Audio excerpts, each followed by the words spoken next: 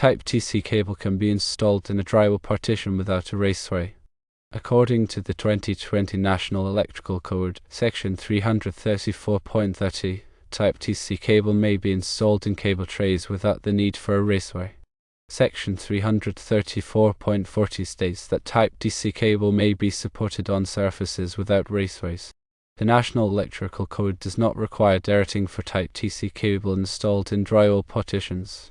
However, it is important to consider several factors. Firstly, temperature. Type TC cable has a maximum continuous operating temperature of 90 degrees Celsius, which is 194 degrees Fahrenheit. In high-temperature environments, derating may be necessary to prevent overheating. Secondly, adjacent cables. If multiple Type TC cables are installed in close proximity, they may need to be derated to prevent excessive heat buildup. As for best practices, firstly, use Type TC cable that is listed by a recognized testing laboratory. Secondly, ensure that the drywall partition is adequately supported to prevent sagging or movement. Thirdly, secure the cable with straps or other approved methods to prevent damage and movement. Fourthly, consider using thermal insulation in high-temperature environments to minimize heat buildup. It's important to always follow local codes and consult with a qualified electrician for specific installation requirements. Understanding the specifics of Type TC cable installation is crucial for ensuring safety and compliance with electrical codes. This type of cable is commonly used in industrial and commercial applications due to its versatility and durability. It is designed to be installed in cable trays, raceways, and even directly buried in the earth under certain conditions. However, when installing Type TC cable in a drywall partition without a raceway, there are several key aspects to consider. Firstly, understanding what Type TC cable is. Type TC cable, or tray cable, is a multi-conductor cable assembly designed for use in cable trays. It is typically constructed with stranded copper conductors and insulated with a thermoplastic or thermoset material. The entire assembly is then jacketed with a flame-retardant, sunlight-resistant material. This construction allows it to be used in a variety of environments, both indoors and outdoors. Secondly, referencing the National Electrical Code. The National Electrical Code, or NEC, provides the standards and guidelines for safe electrical installations. It is updated every 3 years, and it is essential to refer to the latest edition to ensure compliance. As previously mentioned, sections 334.30 and 334.40 specifically address the installation of Type TC cable. Thirdly, addressing the absence of a raceway. When Type TC cable is installed without a raceway, it is important to ensure that it is adequately supported and protected from physical damage. The NEC allows for the support of Type TC cable on surfaces without raceways, but the cable must be securely fastened to prevent sagging or movement. This can be achieved using cable straps, cable ties, or other approved methods. Fourthly, discussing derating considerations. While the NEC does not explicitly require derating for Type TC cable installed in drywall partitions, it is crucial to consider the potential for heat buildup, especially when multiple cables are installed in close proximity. Derating refers to reducing the ampacity of a conductor to account for elevated temperatures or other factors that can affect its ability to safely carry current. To determine whether derating is necessary, consider the following factors: the ambient temperature of the environment, the number of current-carrying conductors in the cable, and the proximity of other heat sources. If the ambient temperature is high or if multiple cables are bundled together, it may be necessary to derate the cable to prevent overheating. Fifthly, managing temperature concerns. Type TC cable has a maximum continuous operating temperature of 90 degrees Celsius.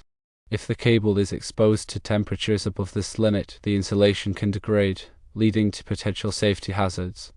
In high-temperature environments, consider using thermal insulation to minimize heat buildup and protect the cable. Thermal insulation can be wrapped around the cable or installed in the wall cavity to create a barrier between the cable and the heat source. Sixthly, focusing on best practices. When installing Type TC cable, always follow these best practices. Firstly, use Type TC cable that is listed by a recognized testing laboratory such as underwriters' laboratories or all. This ensures that the cable has been tested and certified to meet safety standards.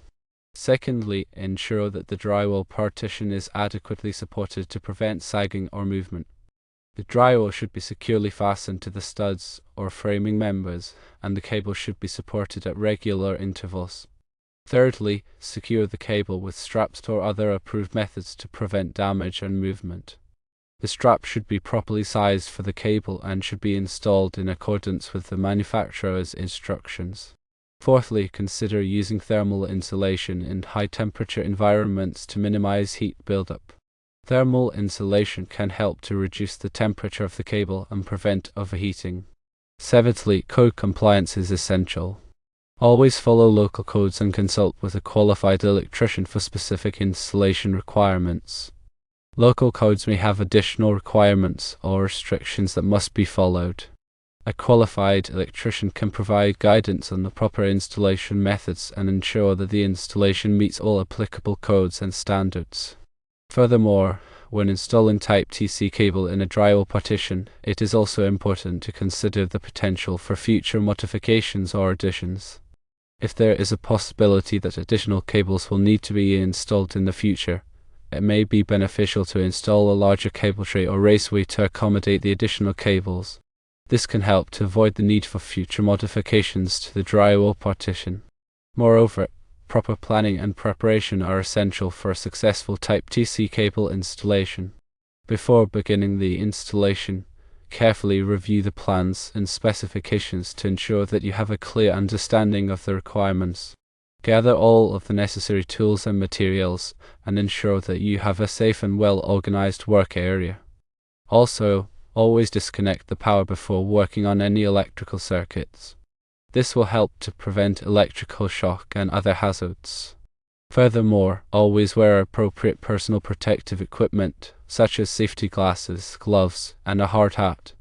These items will help to protect you from potential hazards such as falling debris or electrical shock. When installing Type TC cable, it is also important to avoid damaging the cable. Do not bend the cable excessively or subject it to sharp edges or other physical stress. Damaged cable can pose a safety hazard and may need to be replaced. In addition, when terminating Type TC cable, use only approved connectors and fittings. Ensure that the connectors are properly sized for the cable and that they are securely fastened. Loose or improperly installed connectors can cause electrical problems and may pose a safety hazard. It is also important to properly ground the Type TC cable. Grounding provides a path for fault current to flow back to the source, which can help to prevent electrical shock. Ensure that the cable is grounded in accordance with the NEC and local codes. Finally, after the installation is complete, thoroughly inspect the work to ensure that it is safe and compliant with all applicable codes and standards. Check all connections to ensure that they are tight and secure. Verify that the cable is properly supported and protected from physical damage. And test the circuit to ensure that it is working properly. By following these guidelines, you can ensure that your Type TC cable installation is safe, reliable, and compliant with all applicable codes and standards.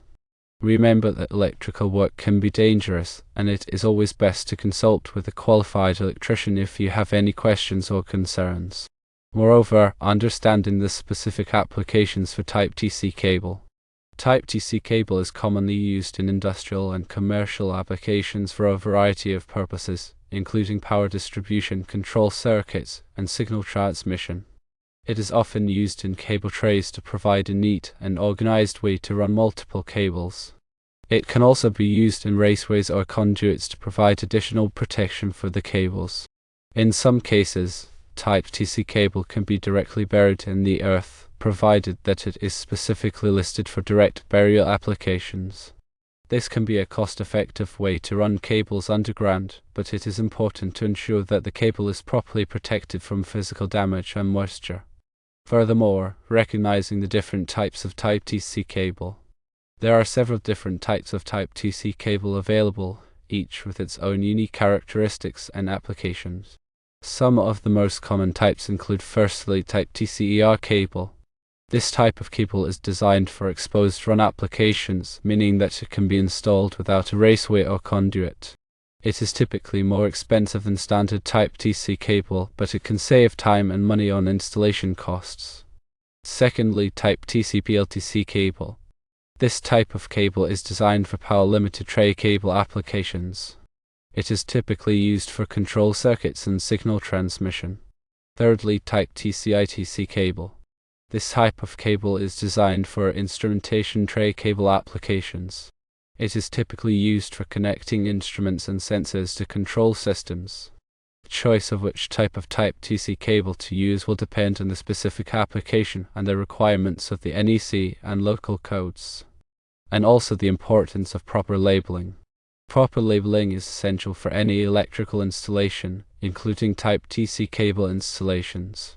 All cables, conduits, and raceways should be clearly labeled to identify their purpose and voltage. This will help to prevent confusion and ensure that future maintenance or repairs can be performed safely and efficiently. The label should be durable and weather resistant, and they should be securely attached to the cables or conduits. In addition to labeling the cables and conduits, it is also important to label the circuit breakers and disconnect switches that control the circuits.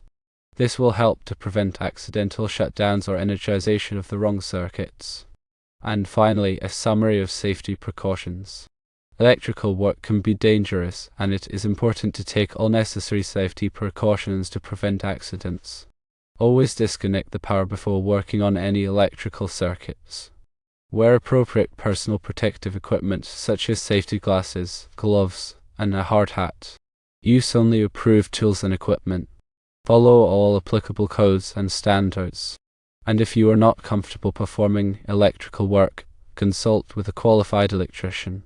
Always remember, working with electricity can be dangerous, and it is essential to take all necessary precautions to ensure your safety and the safety of others.